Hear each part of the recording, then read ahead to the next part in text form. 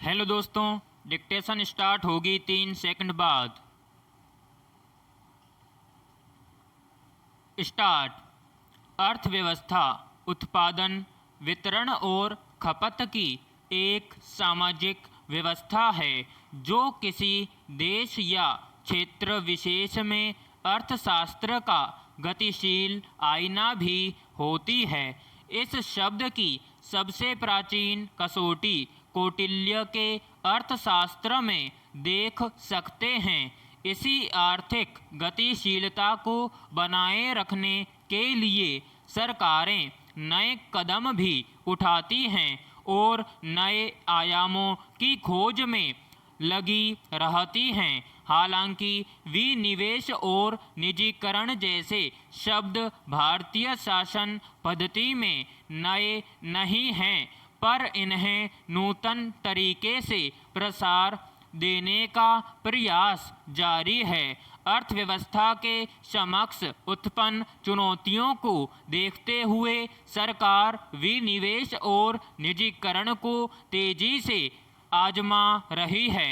जाहिर है इससे सरकार को अतिरिक्त राजस्व मिलेगा और शासन की दक्षता में वृद्धि होगी, मगर इस हकीकत को अभी दरकिनार नहीं किया जा सकता कि एक सीमा के बाद इसके दुष्प्रभाव भी देखने को मिल सकते हैं। पैराग्राफ। विनिवेश और निजीकरण के फर्क को भी समझने की ज़रूरत है।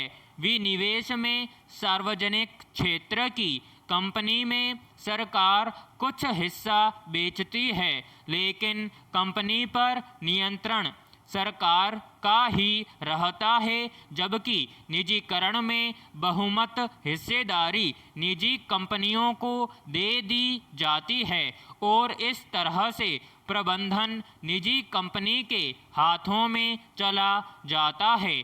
दो टूक यह भी है कि विनिवेश के संदर्भ में सरकार नियंत्रण निजी कंपनी को दे या न दे यह उस पर निर्भर है, लेकिन निजीकरण में ऐसा नहीं है। सवाल यह है कि विनिवेश की आखिरकार आवश्यकता क्यों पड़ती है।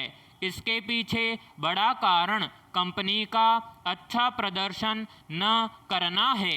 कंपनी चलाने के लिए संचित निधि पर भार बने रहने से वित्तीय बोझ लगातार बना रहता है।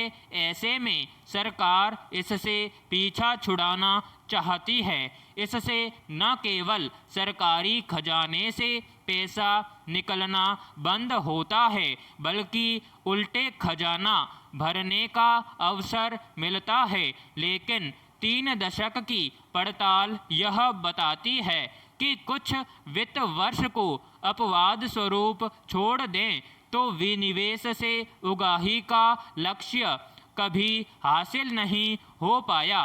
विनिवेश की प्रक्रिया इतनी सरल भी नहीं है। इसके लिए बाकायदा खरीदार ढूंढने पड़ते हैं। पिछले साल जनवरी में सरकार ने घोषणा कर दी थी कि वह कर्ज के बोझ में दबी एयर इंडिया की पूरी हिस्सेदारी बेचने के लिए तैयार है, मगर इसमें कठिनाई बनी हुई है। पैराग्राफ।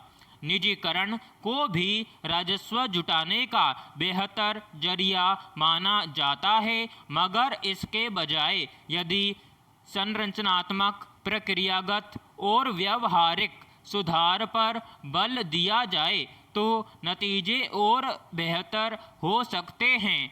कहा जा रहा है कि सरकार ने निजीकरण के लिए 18 क्षेत्रों को रणनीतिक रूप से महत्वपूर्ण माना है, जिसे 3 व्यापक खंडों में विभाजित किया गया है: खनन और पर्यवेक्षण, विनिर्माण, प्रसंस्करण एवं निर्माण और सेवा क्षेत्र। जाहिर है बैंकिंग, बीमा, इस्पात, उर्वरक, पेट्रोलियम आदि इसकी जद में रहेंगे। अब सवाल यह है कि क्या बेचना ही विकल्प रह गया है? लोक सशक्तिकरण यदि सुशासन है तो निजी क्षेत्र के हाथों में बढ़ती ताकत से क्या नागरिकों का शोषण नहीं होगा? राजकोषीय घाटे को कम करने के लिए भी सरकार विनिवेश की ओर कदम बढ़ाती है। साथ ही इस पूंजी का इस्तेमाल कर्ज कम करने के लिए भी करती है। मगर लोक कल्याण इस प्रक्रिया से क्या प्रभावित होता है? जितना अधिक निजी क्षेत्र का दखल बढ़ेगा, लोक कल्याण उतना प्रभावित होगा।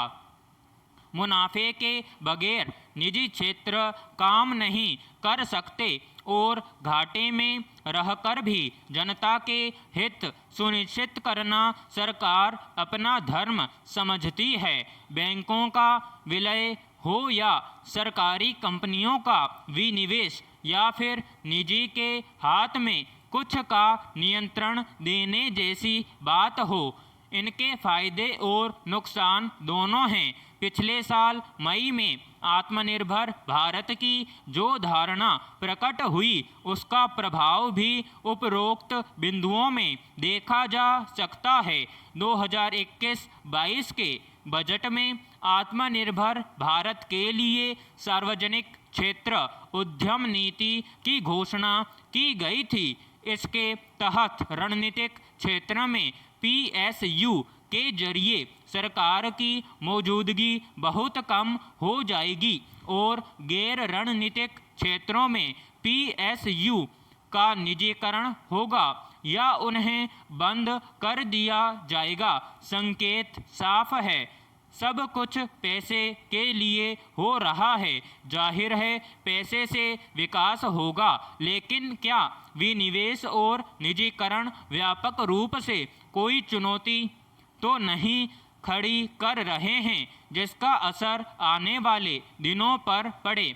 वैसे भी देश का नागरिक इस भौतिकवाद में कहीं अधिक बड़ा उपभोक्ता बन गया है, मगर वह पहले देश का नागरिक है। ऐसे में यदि नियंत्रण निजी के हाथों में होता भी है तो भी अपने नागरिकों के लोक कल्याण से सरकार मुंह नहीं मोड़ सकती। पैराग्राफ।